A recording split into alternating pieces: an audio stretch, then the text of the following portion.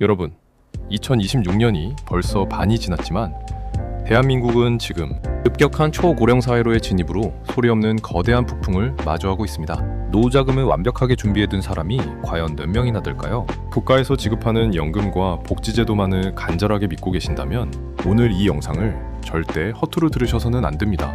왜냐하면 국가 복지 정책은 우리가 직접 알아보고 신청하기 전까지는 절대로 먼저 찾아와 돈을 쥐어주지 않기 때문입니다. 심지어 매년 법이 개정되면서 아는 어르신들은 가만히 앉아서 매달 수십만 원의 혜택을 다 챙겨가지만 모르는 사람들은 내가 내야 할 돈은 세금 한 푼까지 탈탈 털리면서 국가가 지원해주는 소중한 연금과 지원금 혜택은 싹 다 놓치며 억울한 눈물만 흘리고 있습니다.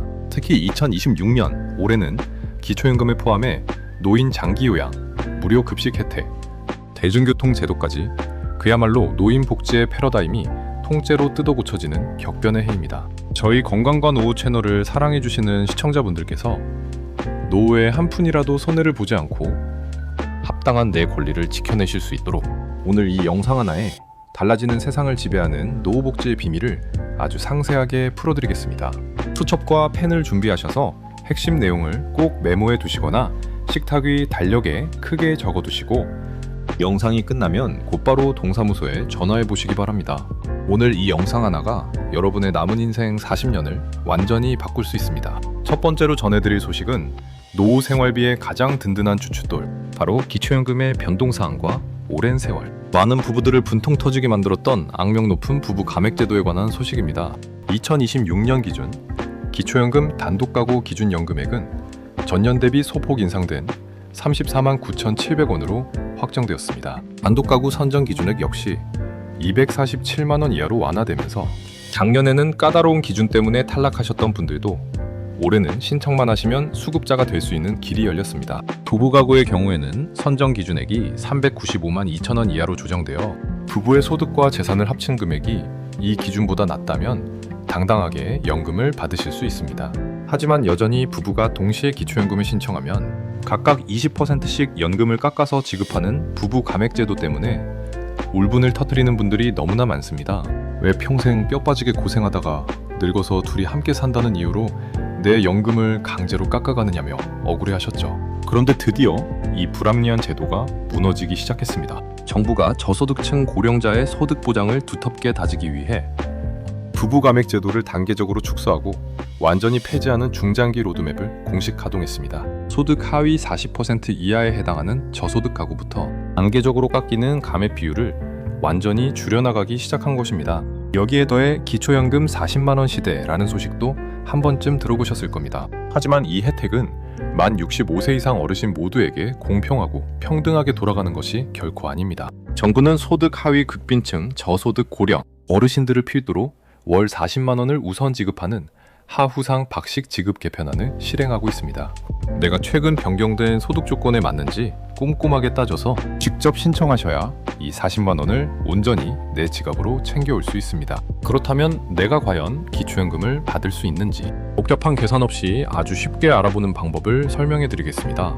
주민센터에서는 여러분이 일해서 버는 근로소득과 가지고 계신 집이나 땅, 그리고 통장 예금 같은 재산을 종합적으로 평가합니다. 우선 여러분이 땀 흘려 일해서 버는 근로소득은 국가가 아주 많이 봐줍니다. 여러분이 버는 월급에서 기본적으로 115만 원을 먼저 통 크게 빼줍니다.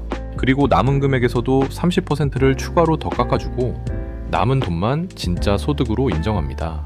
예를 들어 내가 경비원이나 청소 일을 해서 한 달에 200만 원을 번다고 가정해 보겠습니다. 200만 원에서 기본 공제액 115만 원을 빼면 85만 원이 남죠. 여기서 30%인 25만 5천 원을 한 번 더 빼주는 겁니다.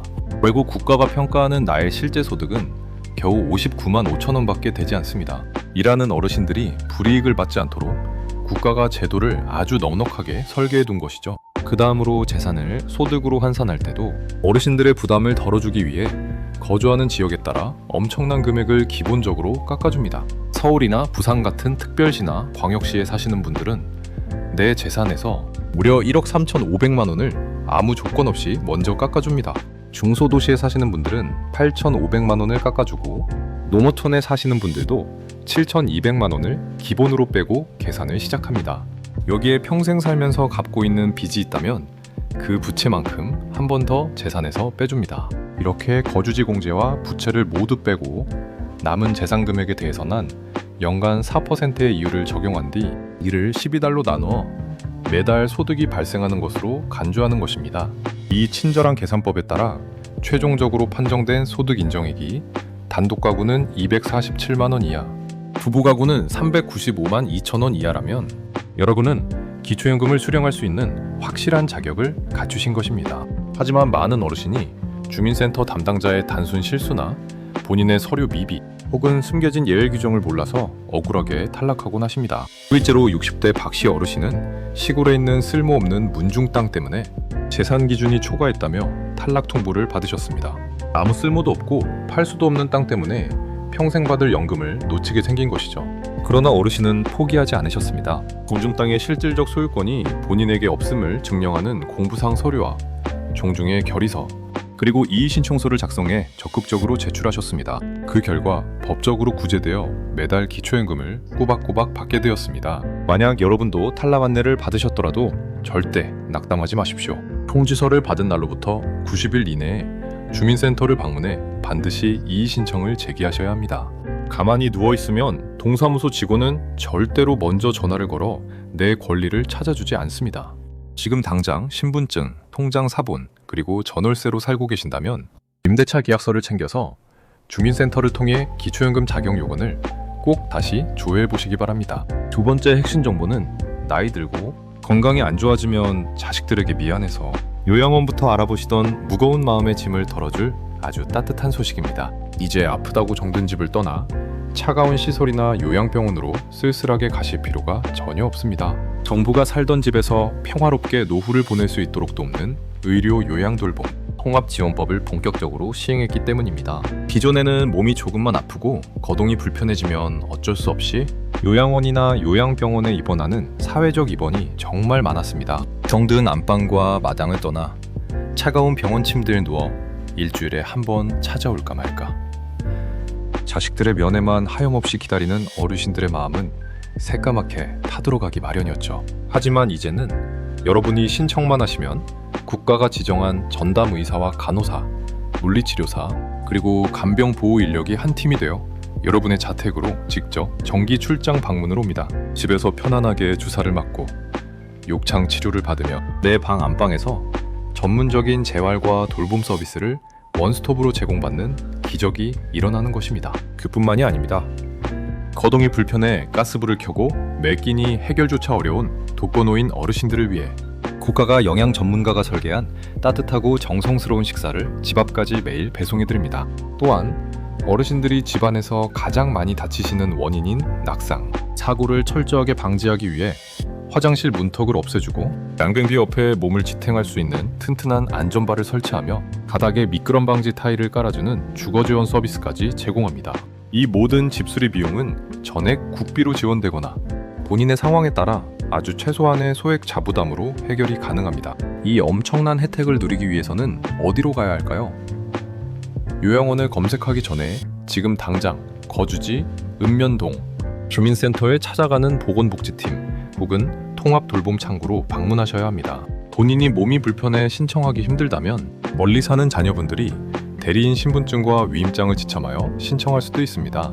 요양 등급을 이미 받으신 분들은 물론이고 요양 등급은 아직 없지만 일시적으로 수술 태어나여 돌봄이 긴급하게 필요한 어르신들도 일시 재가 서비스나 단기 돌봄 서비스를 신청할 수 있습니다.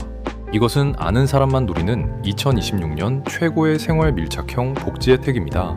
자식들에게 미안해하며 요양원 팸플릿을 뒤적이지 마시고 이 제도를 1순위로 신청하여 든든한 국가의 돌봄을 받으시기 바랍니다.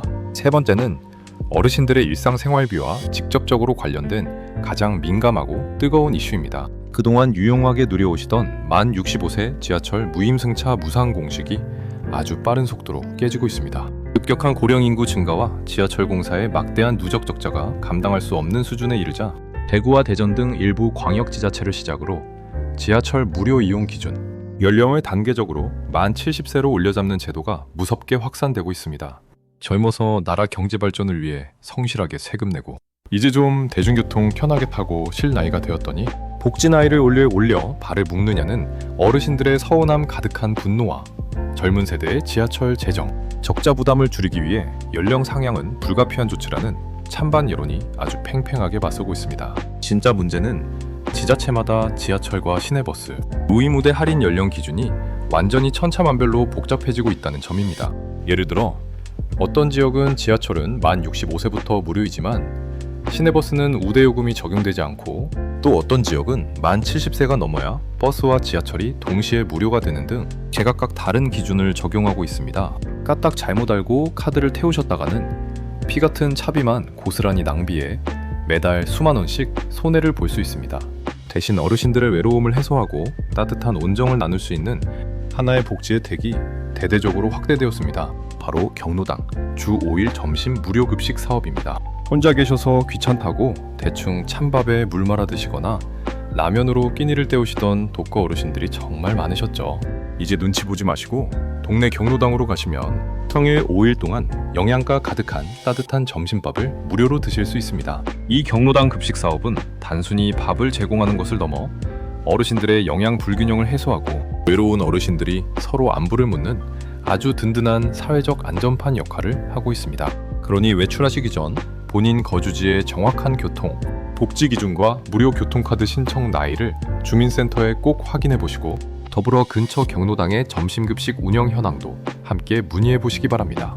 여러분, 국가가 마련한 수십 수백조 원의 복지, 예산과 든든한 연금 혜택은 가만히 누워있는 사람에게는 결코 먼저 찾아오지 않습니다. 오직 적극적으로 정보를 찾고 주민센터 문을 두드리는 자들의 주머니로만 흘러가게 되어 있습니다. 오늘 말씀드린 기초연금 부부가맥 폐지 소식과 재가 통합 돌봄, 전국 서비스, 그리고 변화하는 대중교통 복지 기준과 경로당 무료급식 제도까지 그냥 듣고 흘려버리지 마시고 꼭 메모하셔서 하나하나 확인해 보시기 바랍니다. 저희 건강과 노후 채널은 여러분이 남은 노후 40년 동안 단 한 푼의 혜택도 놓치지 않고 활기차고 건강하게 100세 인생을 누리실 수 있도록 매일 생생하고 믿을 수 있는 최신 소식만을 엄선하여 전해드리고 있습니다. 오늘 이 내용이 여러분의 노후 생활에 유익하셨고 앞으로도 내 주머니를 든든하게 지켜줄 사이다 같은 최신 복지 정보를 놓치고 싶지 않으시다면 화면 아래에 보이는 구독 버튼과 좋아요를 꾹 눌러주시기 바랍니다. 그리고 주위에 이 소식을 몰라 억울하게 혜택을 놓치고 계실 소중한 친구분들과 이웃분들이 계신다면 이 영상을 카카오톡으로 많이 공유해 주시기 바랍니다. 여러분의 구독과 응원은 제가 매일 밤샘하며 최고의 복지 정보를 발굴해내는 가장 큰 원동력이 됩니다. 언제나 시청자 여러분의 건강하고 따뜻한 인생 후반전에 온 마음 다해 응원합니다. 지금까지 건강과 노후였습니다. 감사합니다.